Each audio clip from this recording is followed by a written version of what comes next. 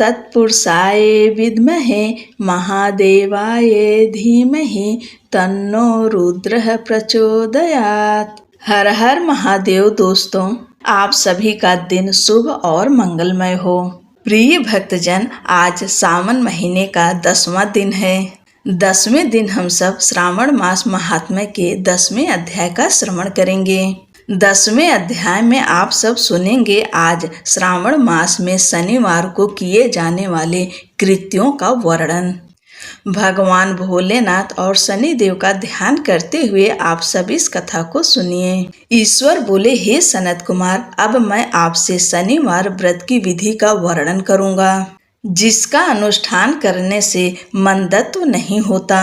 श्रावण मास में शनिवार के दिन नरसिंह, शनि तथा अंजनी पुत्र हनुमान, इन तीनों देवताओं का पूजन करना चाहिए। दीवार पर अथवा स्तंभ पर नरसिंह की सुंदर प्रतिमा बनाकर हल्दी युक्त चंदन से और नीले, लाल तथा पीले सुंदर पुष्पों से लक्ष्मी सहित जगतपति नरसिंह का भली भांति पूजन करके उन्हें खिचड़ी का नैवेद्य तथा कुंजर नामक शाक का भोग अर्पण करना चाहिए। उसी को स्वयं भी खाना चाहिए और ब्राह्मणों को भी खिलाना चाहिए। तिल का तेल तथा धृत स्नान भगवान नरसिंह को प्रिय है। शनिवार के दिन तिल सभी कार्यों के लिए प्रशस्त है। शनिवार के दिन तिल के तेल से ब्राह्मणों तथा सुवासिनी स्त्रियों को उबटन लगाना चाहिए तथा कुटुंब सहित स्वयं भी संपूर्ण शरीर में तेल लगाकर स्नान करना चाहिए तथा उड़द का भोजन ग्रहण करना चाहिए। इससे भगवान नरसिंह प्रसन्न होते हैं। इस प्रकार श्रावण मास में चारों शनिवारों में इस व्रत को करना चाहिए। जो ऐसा करता है उसके घर में स्थिर लक्ष्मी का वास रहता है और धन धान्य की समृद्धि होती है। पुत्रहीन व्यक्ति पुत्र वाला हो जाता है और इस लोक में सुख भोग कर अंत में वैकुंठ प्राप्त करता है। नरसिंह की कृपा से मनुष्य की चारों दिशाओं में व्याप्त रहने वाली उत्तम कीर्ति होती है। हे सौम्य, मैंने आपसे नरसिंह का यह उत्तम व्रत कहा। हे सनत कुमार, अब शनि की प्रसन्नता के लिए जो करना चाहिए उसे सुनिए। एक लंगड़े ब्राह्मण और उसके अभाव में किसी ब्राह्मण के शरीर में तिल का तेल लगाकर उसे उष्ण जल से स्नान कराना चाहिए और श्रद्धा पूर्वक नरसिंह के लिए बताए गए अन्न अर्थात खिचड़ी उसे खिलानी चाहिए। उसके बाद तेल, लोहा, काला तिल, काला उड़द, काला कंबल प्रदान करना चाहिए। इसके बाद व्रती यह कहे कि मैंने यह सब शनि की प्रसन्नता के लिए किया है। शनि देव मुझ पर प्रसन्न हो। उसके बाद तिल के तेल से शनि का अभिषेक कराना चाहिए। उनके पूजन में तिल तथा उड़द के अक्षत अर्थात चावल प्रशस्त माने गए हैं। हे मुने, अब मैं शनि का ध्यान बताऊंगा, आप ध्यान पूर्वक सुनिए। शनैश्चर कृष्ण वर्ण वाले हैं, मंद गति वाले हैं, काश्यप गोत्र वाले हैं, सौराष्ट्र देश में पैदा हुए हैं, सूर्य पुत्र हैं, वर देने वाले हैं, दंड के समान आकार वाले मंडल में स्थित हैं, इंद्र नील मणि तुल्य कांति वाले हैं, हाथों में धनुष बाण त्रिशूल धारण किए हुए हैं, गिद्ध पर आरूढ़ हैं, यम इनके अधिदेवता हैं, ब्रह्मा इनके प्रत्यधिदेवता हैं। ये कस्तूरी अगूरी का गंध तथा गुग्गुल का धूप ग्रहण करते हैं। इन्हें खिचड़ी प्रिय है। इस प्रकार ध्यान की विधि कही गई है। इनके पूजन के लिए लौहमय सुंदर प्रतिमा बनानी चाहिए।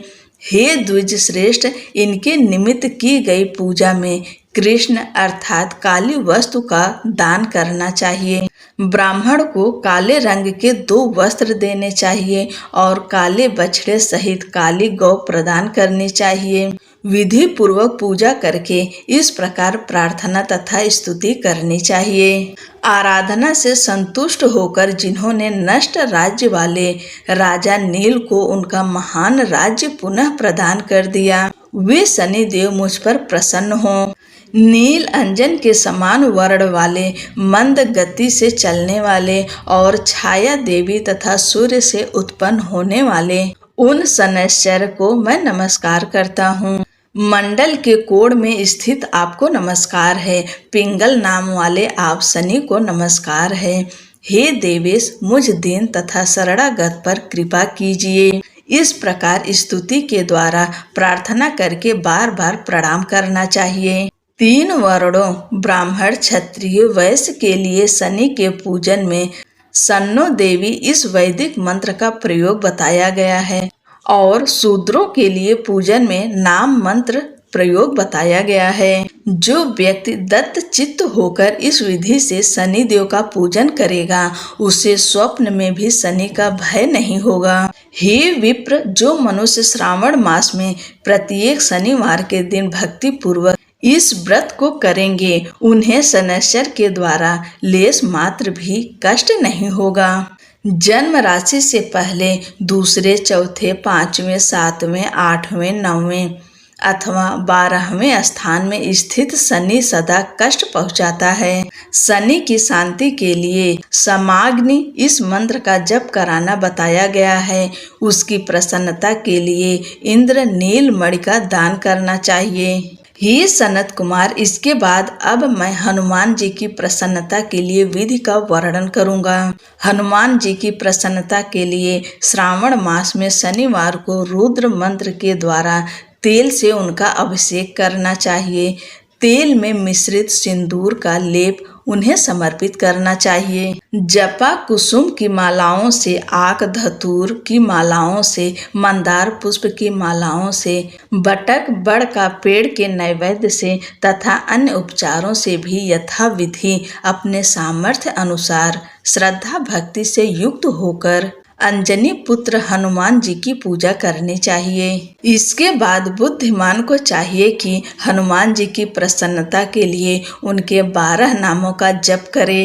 हनुमान, अंजनी सुनु, वायुपुत्र, महाबल, रामेष्ट, फाल्गुन, सखा, पिंगाच, अमित विक्रम, उदधिक्रमण, सीता शोक विनाशक, लक्ष्मण प्राणदाता और 10 ग्रीव दर्पहा ये 12 नाम है।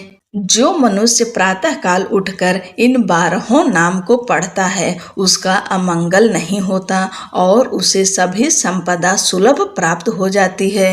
इस प्रकार श्रावण मास में शनिवार के दिन वायुपुत्र हनुमान जी की आराधना करके मनुष्य वज्र तुल्य शरीर वाला, निरोग तथा बलवान हो जाता है।